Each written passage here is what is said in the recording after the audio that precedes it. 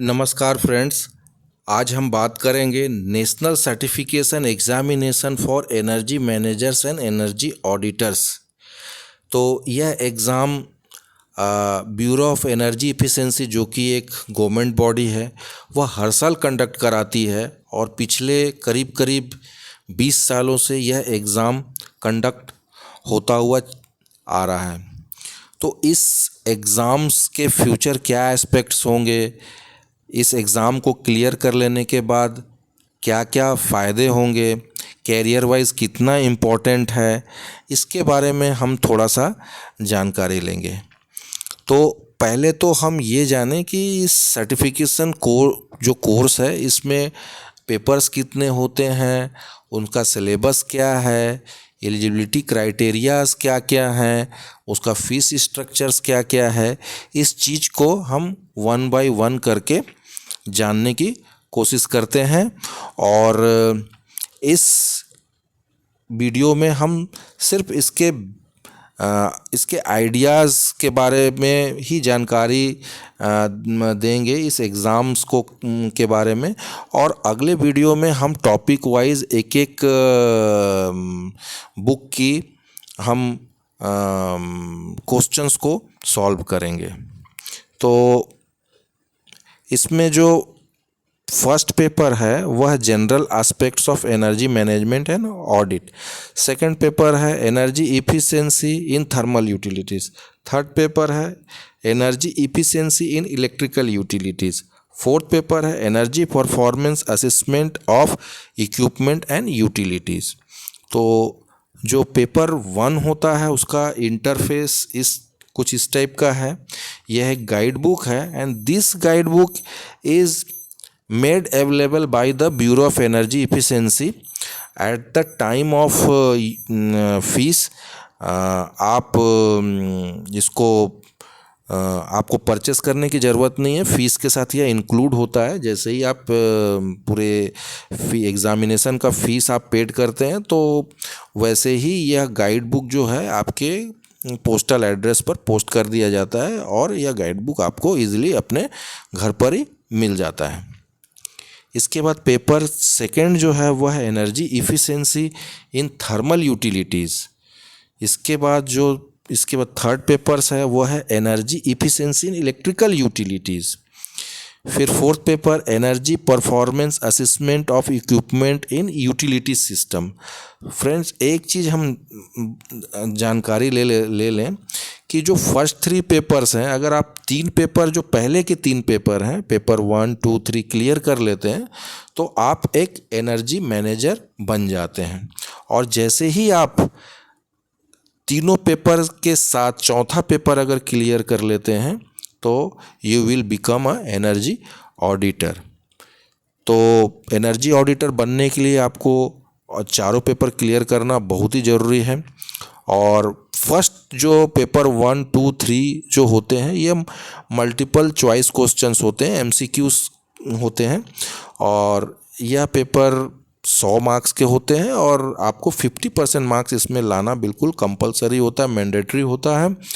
अगर उससे कम मार्क्स अगर आप लाते हैं तो आप फेल डिक्लेयर हो जाएंगे और इसके बाद आप सप्लीमेंट्री में फिर एग्ज़ाम दे सकते हैं।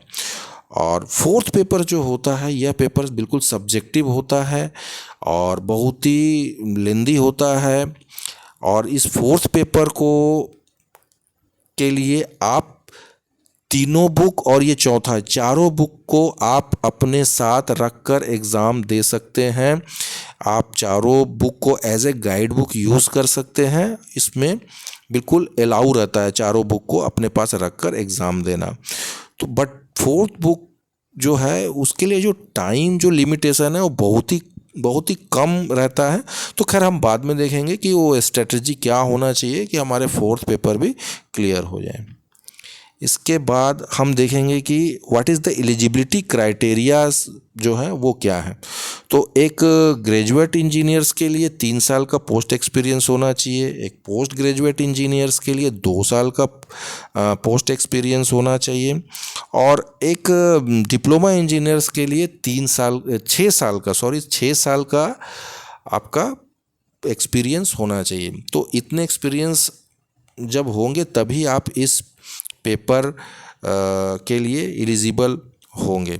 एक चीज़ और बताना चाहता हूँ कि diploma holders are not eligible for fourth paper. वो सिर्फ 3 ही पेपर के लिए एलिजिबल हैं और वह एनर्जी मैनेजर ही बन सकते हैं। वो energy auditor is only for a graduate engineers.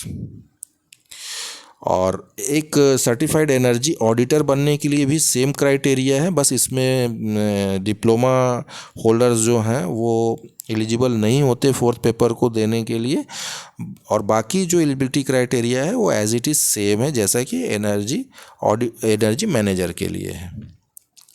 इसके बाद हम इसका फीस स्ट्रक्चर देख लें। यह फीस स्ट्रक्चर होता है लगभग 10,500 के आसपास इसमें टोटल फीस होते हैं, जिसमें आपको चारों गाइड बुक आपको बिल्कुल अवेलेबल करा दिया जाता है। और ये एक बहुत ही नॉमिनल फ़ीस होता है, कोई ख़ास बहुत महंगा नहीं। पिछले 20 साल से ये फ़ीस बिल्कुल भी बढ़ा नहीं है। तो 20 साल पहले भी ये 10,000 था, आज भी ये 10,500 है। बट इस कोर्स को फ्रेंड्स सर्टिफिकेशन ले लेने के बाद फ्यूचर में आप अपना एक एज ए बिजनेस भी आप इसको कर सकते हैं। जैसा कि आज इंडस्ट्रीज़ और फैक्ट्रीज़ जितने हैं, due to some government guidelines and energy utilisation, तो एक प्लांट या इंडस्ट्रीज़ को एक एनर्जी डिक्लेयर करना पड़ता है, तो उनका कंजम्पशन पैटर्न क्या रहेगा, तो इसको ऑडिट करने के लिए ऑडिटर की आवश्यकता होती है। तो ये इस इंडस्ट्रीज़ का ऑडिट वही कर सकता है जो एक सर्टिफाइड एनर्जी ऑडिटर होगा। तो आप एज ए इसको कैरियर भी यूज़ कर सकते हैं, क्योंकि एनर्जी कंजम्पशन जो है ये दिन पर दिन ये बहुत ही एक वाइटल एक पैरामीटर्स होते जा रहे हैं, और जिसको एड्रेस करने के लिए गवर्नमेंट के बीच बीच में सम गाइडलाइंस एंड रूल्स आते हैं। तो यह नॉन एंडिंग यह रहेगा। और यह हम देखते हैं कि जो पेपर 1 है, पेपर 2 है, इसमें इंडिविजुअल चैप्टर्स क्या क्या हैं। जैसे कि पेपर 1 में 11 चैप्टर हैं, पेपर 2 में करीब 9 चैप्टर हैं, पेपर 3 में 10 चैप्टर हैं, पेपर 4 में कुल मिलाकर 15 चैप्टर हैं।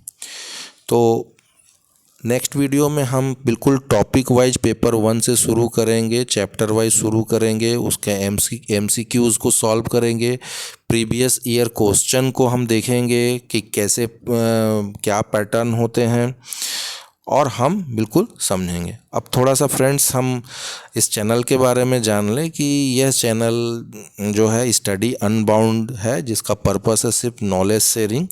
यह एक फ्री एजुकेशन चैनल है, और इस चैनल के माध्यम से हम आपको पूरे लेक्चर्स चारों बुक के अवेलेबल कराएंगे। लेक्चर 1, लेक्चर 2 एक सीरीज़ रहेगा जिसमें आपको पूरे लेक्चर्स मिलेंगे, ताकि आप बहुत ही ईजिली घर बैठे आप इस एग्ज़ाम को क्वालिफाई कर लें। और इसको सब्सक्राइब ज़रूर कीजिएगा, ताकि जैसे ही वीडियो अपलोड हो आप तक डायरेक्ट पहुंच जाए। तो थैंक यू फ्रेंड्स। नेक्स्ट हम अगला वीडियो जो होगा वो हम नेक्स्ट उसमें हम देखेंगे। Thank you.